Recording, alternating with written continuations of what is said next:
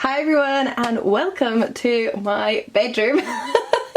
So in case you're wondering what is with this slightly strange angle, why is Jean filming in her bedroom mirror? Well, Chris and I just recently finished decorating this room, minus carpeting the old laminate, which is a long-term plan that we need to get to, and that means I've also organised the bookcases in here. And for as long as I have been on YouTube, we have been filming bookcase tours, so I thought this would be the perfect opportunity to give you a little bit of a deep dive into my romance book collection, because that is the genre that is on the bookcases in the bedroom. So the reason that I'm like here right now is because it's actually a very narrow little space, and I'm not entirely sure how I'm going to show this to you, but we're going to figure it out. If I take you off of the tripod, in front of me right now is a little Billy bookcase setup that we have, which is where I've popped all the romance bookcases, and the space between said bookcases and the bed, very narrow, like I said, fine for walking through, not great for filming through, so we're going to have to figure this out together. But for anybody that is curious, this is a set of Billy bookcases, so we have two smaller ones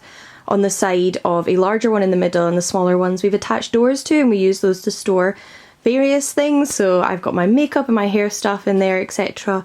And in between we have all the romance books, which are already starting to overflow, so I don't know what's going to happen if I get more. Alright, how's this?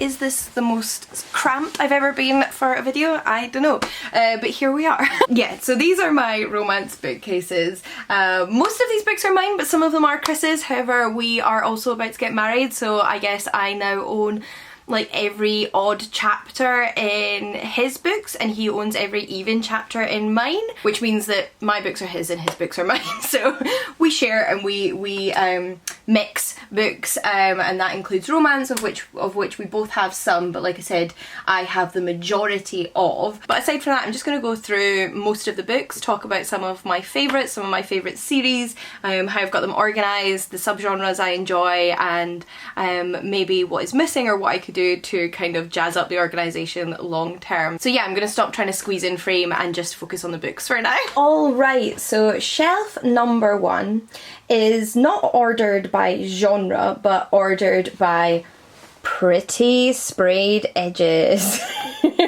That is the primary focus of that shelf. But of course, organising by sprayed edges means you can't actually see the spines, so I will pull them all out and show you what each of the books are.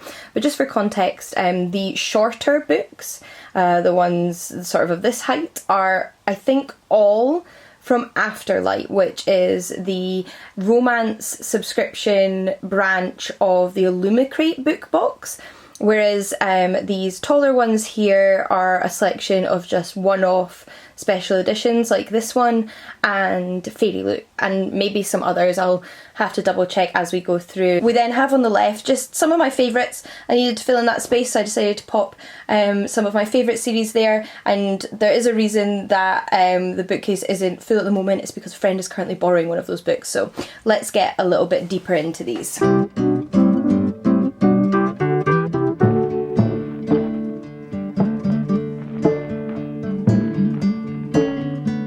Alright, so if we start with the non-special edition books that are on the top shelf here, we have one of my favourite romance trilogies of all time. It is a contemporary romance trilogy by Talia Hibbert, who's also one of my favourite romance novelists of all time, and I have quite a few of her books. You'll see more of her books elsewhere on the shelves, but this is definitely one of my favourite series. It's all self-pubbed, so it's slightly like taller than a lot of my other paperbacks, which meant it was also very apt to pop it here.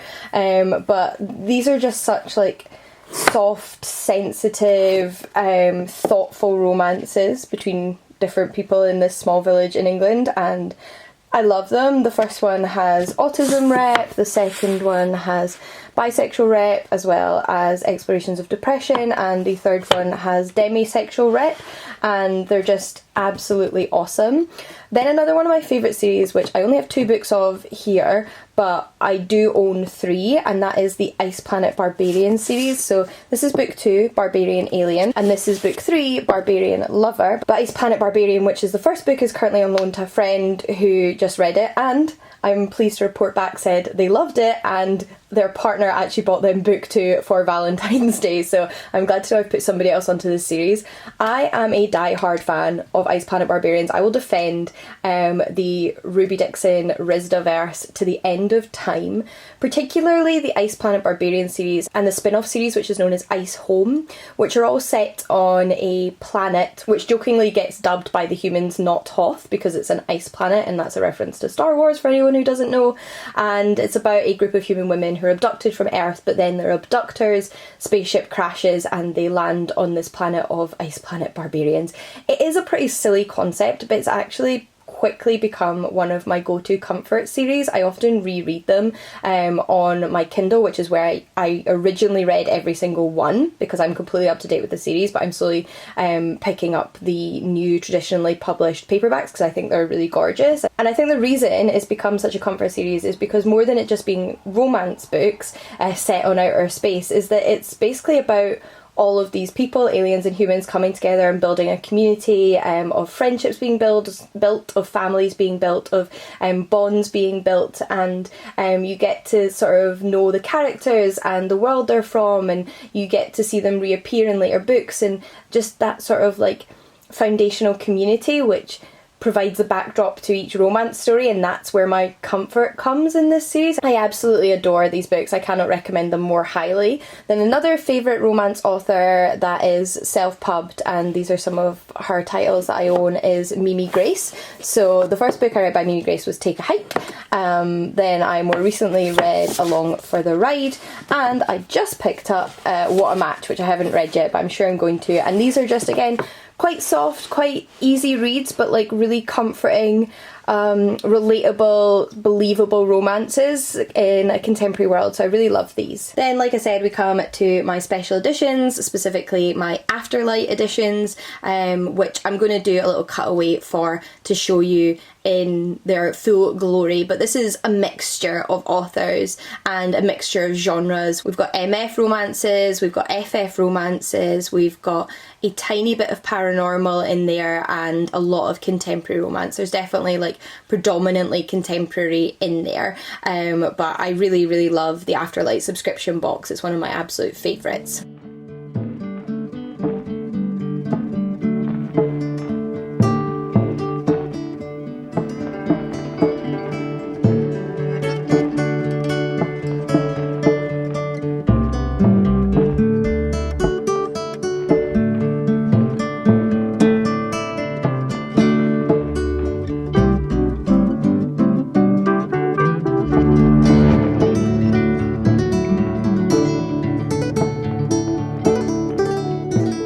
Some taller hardbacks here, including another Ruby Dixon book. I haven't read this one yet, but I had to pre-order it because it came with these gorgeous sprayed edges, this lovely like special edition with again gorgeous artwork on the inside, and this is the first in a fantasy romance series, a high fantasy romance series. So I've no doubt I'm going to love this because I love Ruby Dixon, but yeah, I did pre-order that. A Curse of Blood and Wolves by Melissa McTiernan is a paranormal romance from the Fairy Loot subscription box. A Lady's Guide to Fortune Hunting by Sophie Irwin is a historical romance novel, and it is a special edition, but I bought it second hand, so I'm not entirely sure where the special edition is originally from because I can't find that information on the book itself, but it might be a Waterstones exclusive. I like, that's my best guess. Nectar of the Wicked by Ella Fields is another Fairy Loot special edition. This one is fantasy romance, and I absolutely adore the cover on this. It's just gorgeous. And then two full-size hardbacks which are not special editions but are the same height, so that's why they're there,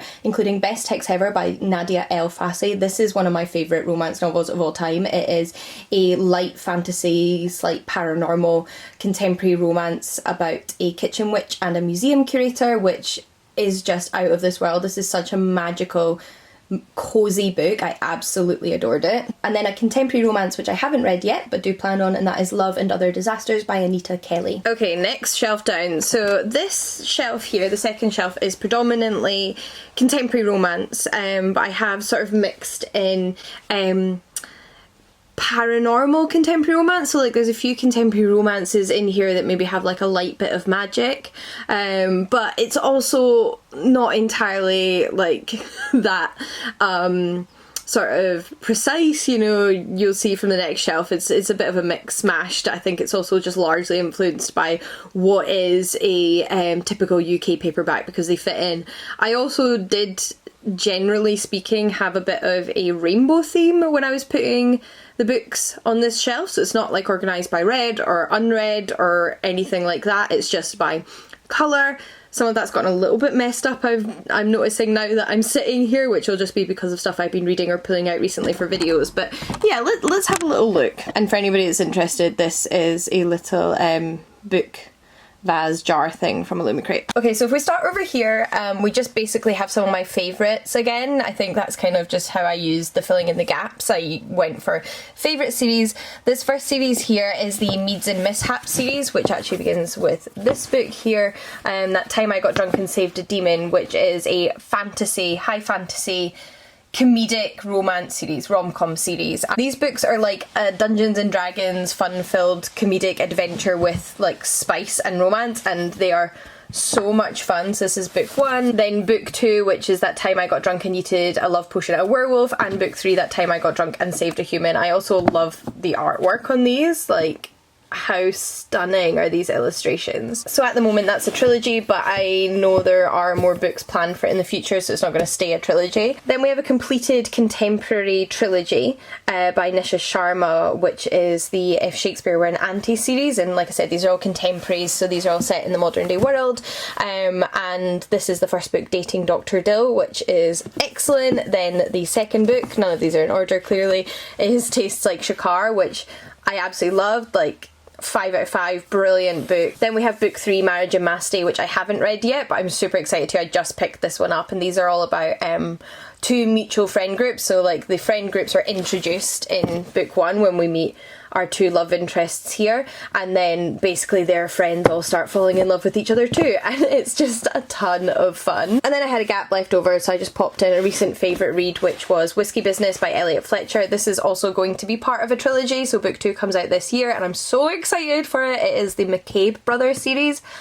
And these books are set on the Isle of Skye in Scotland, and it's such a lovely atmosphere. Like, the author paints such a detailed, rich, transportive sort of image in her writing that I really love the setting, and I really love the characters and their romance too. It's about an down on her luck actress and a whiskey distiller, and it's adorable. I absolutely loved it, and I'm sure I'm going to love book 2, but when book 2 comes we'll probably have to do some redistributing again. Well, I say that, but then again, series are not necessarily all together. Because I went for a rainbow theme, it did mean that I split up some series. So for example, one of my favourite contemporary authors, like I heard you mentioned, is Talia Hibbert. So we've got Get a Life, Chloe Brown, which is book 1. This is absolutely phenomenal. Great representation of chronic pain and fibromyalgia if you're interested. But it's not next to books 2 and 3. So we have Take a Hint, Danny Brown, and Act Your Age, Eve Brown. All of these books are following different sisters and their romances from the same family. Similarly, The Bride Test by Helen Huang, which I haven't read yet, but the first book in the series, The Kiss Quotient, which is fantastic, aren't together. So I do apologise if that's something that bothers you, and clearly these books should be like reversed. I think this happened because I'm currently reading fan fiction. I just started this one and it was on my bedside table, but I thought, oh, I'm doing a tour of my romance bookcases, I need to put it back on the shelf. So even though I'm like 40 pages in, I've just stuck it back on the bookshelf, and we'll probably be putting it back on my bedside table after this. So that was just a bit silly, to be honest, but I'm going to do like a quick overview so you can see all of the books here.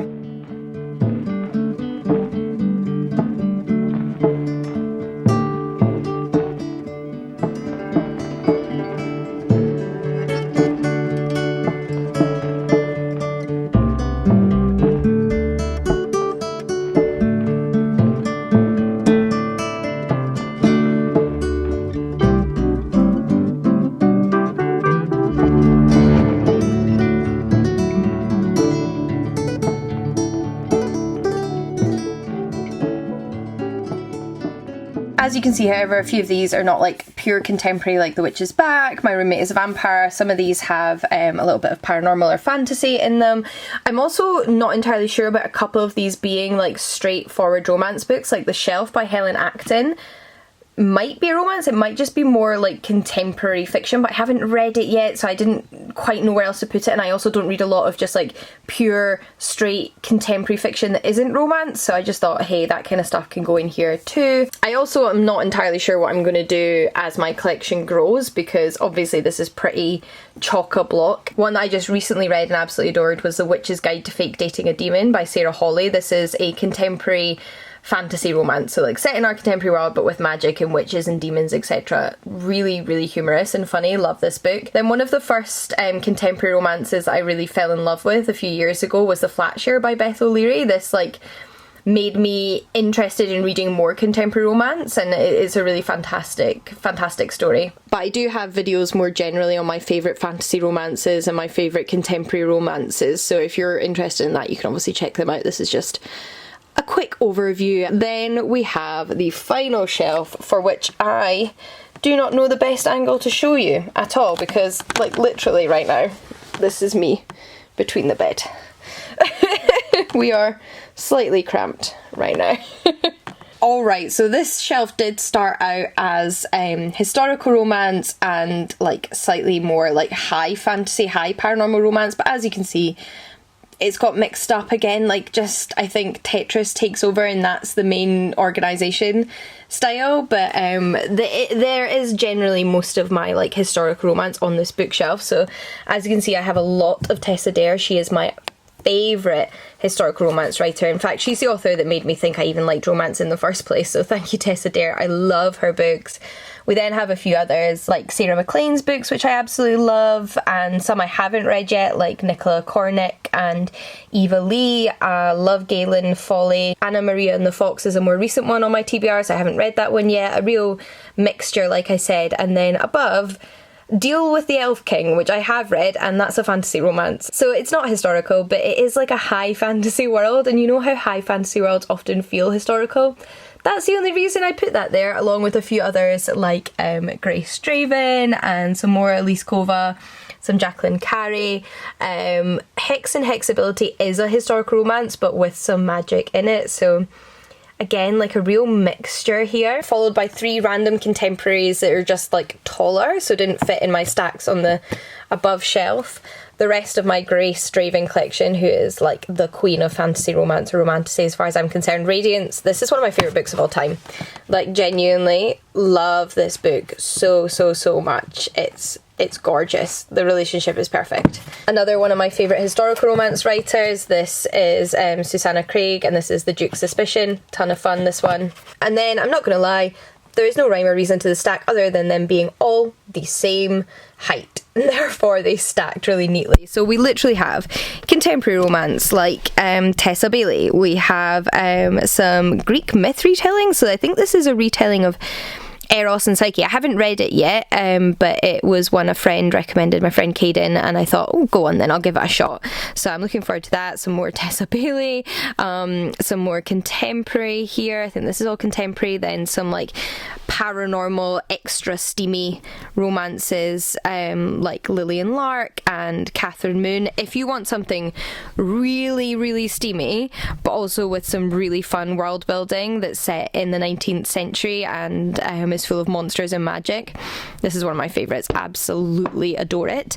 I'm currently missing another book, which is the first book in this series, called Stalked by the Kraken. I lent that to the same friend that I lent Ice Planet Barbarians, so that's where that is, and that's why there's a little gap here, which is where that will go. This is actually book like 4 in the series though.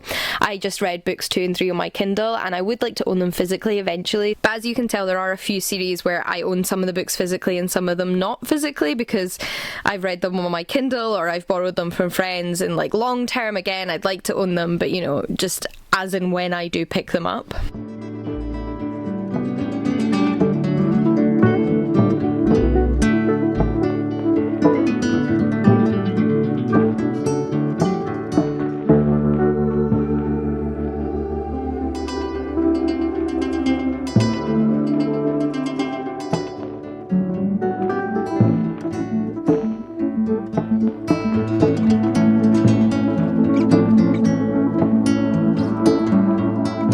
I'm just going to to creep back in here as well to say another thing about my romance bookcases is that I definitely have more romance, particularly fantasy romance, but I hit a bit of a brick wall mentally when organising my books when it came to the stuff that is very like down the middle, very much like both fantasy, both romance, equal parts those genres, whereas like certain books like, well, Ice Planet Barbarians are sure science fiction, but they're so clearly romance books that just happen to be science fiction.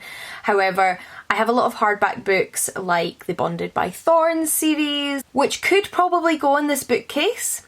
And there's maybe not even really a big distinction between some of the books on this bookcase and those books, but partly because of space and partly just because I didn't want to split them up from the rest of my fantasy books. They're downstairs in the living room, which is where we keep all of the fantasy, horror and crime thriller novels. So yeah, there's definitely more romance on my bookcases. This is more towards the historical, contemporary, paranormal with dribs and drabs of fantasy. When I'm looking for a new romance book to read, I know that the majority of my romance TBR is here and it's easy to grab one, and I'm more likely to be in the mood for high fantasy, looking for high fantasy when I go to the fantasy bookshelves. So I think it works, and I'm really happy with my collection. I'm building quite a collection of like favourite authors and favourite books. I've got some really lovely editions, and I also have a TBR which I'm very, very excited to get to, which is just scattered throughout because I haven't separated it by read or unread. But if you'd like to ask me about any specific book, I can let you know if I've read it and what my thoughts were on it, if you're interested, and if there's any you think I should like get to ASAP that you don't think I've read yet, then please do let me know, because I'm always looking for my next read. And I hope you enjoyed this random little bookcase tour. I thought it would be a nice way to celebrate the fact that our bedroom is finally decorated and I'm enjoying how our house is coming together. So yeah, until next time, happy reading, and I'll see you all again soon. Bye everyone.